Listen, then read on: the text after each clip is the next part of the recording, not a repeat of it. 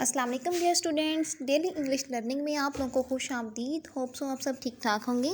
तो आज हम अपने इंग्लिश का लेसन नंबर 3 का आगाज़ करने जा रहे हैं, ठीक है, जिसमें हम देखेंगे कि पार्ट्स ऑफ स्पीच क्या होते हैं। सबसे पहले हम देखेंगे कि स्पीच क्या है। कोई भी बात या कोई भी कलाम जो किया जाता है, ठीक है, उसको बोलते हैं स्पीच। सपोज़ अब मैं आप लोगों से बात कर रही हूँ, तो ये मैं क्या कर रही हूँ, स्पीच कर रही हूँ, जिसमें कोई बात की जाती है या किसी से कोई कलाम किया जाता है, उसको बोलते हैं स्पीच। अब हम ये देखेंगे कि हमारी स्पीच में कौन कौन सी चीज़ें जो है वो इन्वॉल्व होती हैं, कौन कौन से पार्ट्स इन्वॉल्व होते हैं। उन सारे पार्ट्स को हम बोलते हैं पार्ट्स ऑफ स्पीच।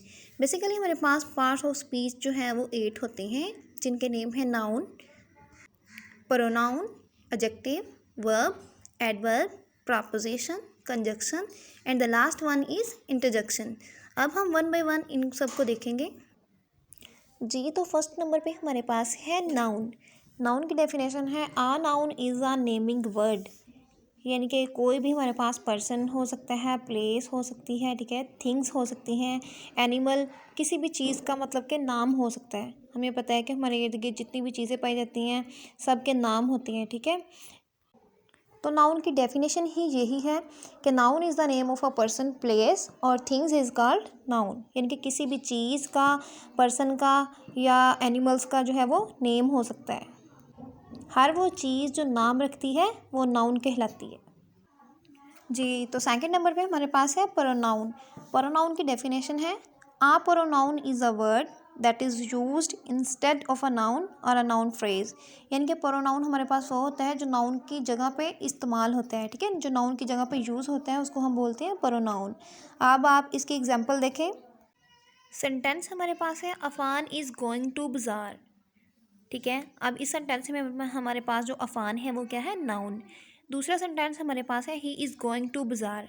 अब मैंने क्या किया है, मैंने ही यूज़ किया है प्रोनाउन। किसकी जगह पे यूज़ किया, अफान की जगह पे, यानी कि मैंने नाउन की जगह पे जो प्रोनाउन यूज़ किया है वो ही को मैंने अफान की जगह पे यूज़ किया है।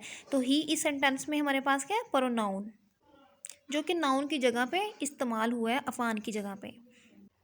अगर एज अ क्वेश्चन हम देखें तो वेयर इज़ अफान गोइंग, ठीक है, कि अफान जो है वो कहाँ जा रहा है। आंसर में हम लिख सकते हैं कि अफान इज़ गोइंग टू बाज़ार, या फिर हम ये भी लिख सकते हैं ही इज़ गोइंग टू बाज़ार। अफान नाउन है, इधर हम इसके नीचे प्रोनाउन यूज़ कर सकते हैं ही इज़ गोइंग टू बाज़ार, यानी कि वो बाज़ार जा रहा है। अफान की जगह पे ही यूज़ किया, ही क्या है, प्रोनाउन, ठीक है, यानी कि जो नाउन की जगह पे इस्तेमाल हो उसे हम बोलते हैं प्रोनाउन। ये हमारे पास कुछ प्रोनाउन है। फर्स्ट पर्सन प्रोनाउन कौन से हैं, I, me, myself, we, us. Second person pronoun हमारे पास कौन से हैं, यू, यूअर, यूअर सेल्फ। और थर्ड पर्सन प्रोनाउन कौन से, ही, शी, इट, दे या फिर देम सेल्व्स। फर्स्ट पर्सन वो होता है जो बात कर रहा होता है, ठीक है, जैसे कि मैं अब फर्स्ट पर्सन हूँ, मैं बात कर रही हूँ, ठीक है। सेकंड पर्सन वो होता है हमारे पास जिससे हम बात कर रहे होते हैं। सेकंड पर्सन अब इस सेंटेंस जिससे बात की जा रही हो, सेकंड पर्सन आप हैं, ठीक है। फर्स्ट पर्सन बोलने वाली मैं हूँ और जिससे मैं बात कर रही हूँ वो कौन है, सेकंड पर्सन। और थर्ड पर्सन वो होते हैं जिसके बारे में बात की जा रही हो, ठीक है, जिसके बारे में हम बात कर रहे हों उसको बोलते हैं थर्ड पर्सन। किसी भी थर्ड पर्सन या फिर किसी भी जगह की हम बात कर रहे हों, ठीक है, वो क्या हमारे पास होता है, थर्ड पर्सन। फर्स्ट पर्सन बात करने वाला, सेकंड पर्सन जिससे बात की जा रही हो, और थर्ड पर्सन जिसके बारे में बात की जा रही हो, जिसके बारे में हम बात करते हैं उसको बोलते हैं थर्ड पर्सन। 4 नंबर में हमारे पास है वर्ब। वर्ब क्या होता है, एन एक्शन वर्ड, यानी कि जिसमें एक्शन पाया जाए, ठीक है, कोई काम पाया जाए, कोई भी काम हो, सोना, लिखना, पढ़ना, जागना, उठना, बैठना, ठीक है, रेंगना, हंसना, ये सारे हमारे पास क्या है, एक्शन। इनको हम बोलते हैं वर्ब। एग्जाम्पल्स में हमारे पास है walking, talking, watching, listening, creeping, thinking, sitting, crying and laughing. ये हमारे पास सारे क्या हैं, एक्शन है। इन सबको हम बोलते हैं वर्ब। 5 नंबर पे हमारे पास है एडवर्ब। इसको हम 2 वर्ड में अगर डिवाइड करें, नंबर 1 में एक तो हम इसको डिवाइड कर लेते हैं ऐड, दूसरा वर्ब। तो इसके नाम से ही हमें पता चल जाता है कि ऐड मीन्स इजाफा करना, वर्ब जो वर्ब के मीनिंग्स में इजाफा करे उसको हम बोलते हैं एडवर्ब। अब हमारे पास एग्जाम्पल में है he is walking, he is walking, ठीक है। अब वॉकिंग हमारे पास क्या है, वर्ब। दूसरे सेंटेंस में मैंने लिख दिया ही इज़ वॉकिंग स्लोली, ठीक है। अब मैंने वॉकिंग के साथ स्लोली भी लगा दिया है। वॉकिंग हमारे पास था वर्ब, अब मैंने साथ में स्लोली भी लगा दिया है, ठीक है। यानी कि वो आहिस्ता जो है चल रहा है, वो आहिस्ता चल रहा है।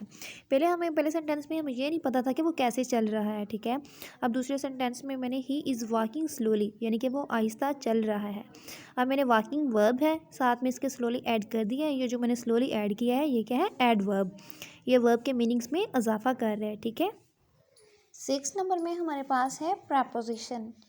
प्रपोजिशन है बिटवीन नाउन एंड प्रोनाउन, ठीक है। जो नाउन और प्रोनाउन के दरमियान में होता है उसको बोलते हैं प्रपोजिशन।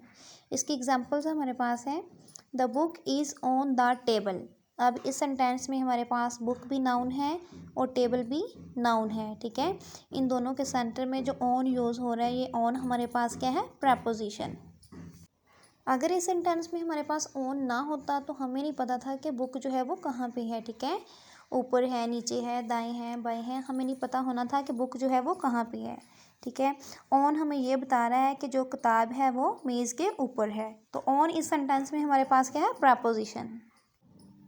ऑन जो है वो हमें बुक और टेबल के रिलेशन को डिस्क्राइब कर रहा है, ठीक है। तो ऑन हमारे पास क्या है, प्रपोजिशन। 7 नंबर पे हमारे पास है कंजक्शन।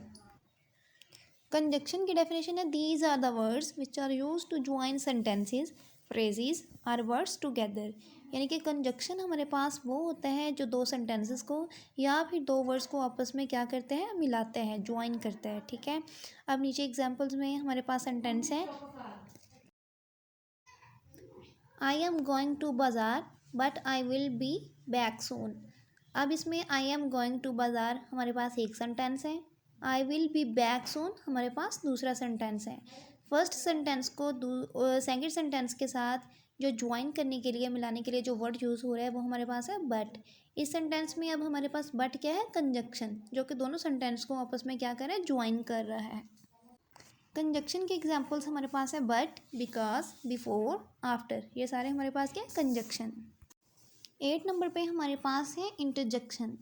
इसकी डेफिनेशन है, these are the words which are use to show our sudden emotions और फीलिंग्स, ठीक है।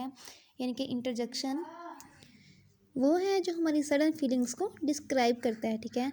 हमारी फीलिंग वो खुशी की भी हो सकती है, ठीक है, और गम की फीलिंग्स भी हो सकती है। अब इस सेंटेंस में देखें, अब इसके एग्जांपल्स में देखें, हुर्रा, हुर्रा का मतलब ये है कि बहुत ज़्यादा खुशी का जो है इजहार किया जा रहा है। अलास, अलास जो है वो आपकी जो है सैड फीलिंग्स को शो कर रहा है। आउच, आउच भी हमारे पास क्या, इंटरजेक्शन। ये थी हमारे पास इंटरजेक्शन की एग्जांपल्स। पार्ट नंबर 3 स्किप हो गया था, तो पार्ट नंबर 3 देखिए। पार्ट नंबर 3 हमारे पास है एडजेक्टिव। एडजेक्टिव हमारे पास वो होते हैं जो नाउन को क्या करते हैं, मॉडिफाई करते हैं, ठीक है। नाउन के मीनिंग्स में इजाफा करते हैं, नाउन को एलैबोरेट करता है, उसको हम बोलते हैं एडजेक्टिव। एग्जाम्पल है हमारे पास, दिस इज़ अ कार, ये एक कार है। अब इस सेंटेंस में हमारे पास कार जो है वो क्या है, कार हमारे पास नाउन है। दूसरा सेंटेंस हमारे पास है, this is a beautiful car, ये एक खूबसूरत कार है, ठीक है। अब कार जो हमारे पास नाउन था, ठीक है, मैंने नाउन में और एडिंग कर दी है, मैंने ब्यूटीफुल लिख दिया है कि ये एक खूबसूरत कार है।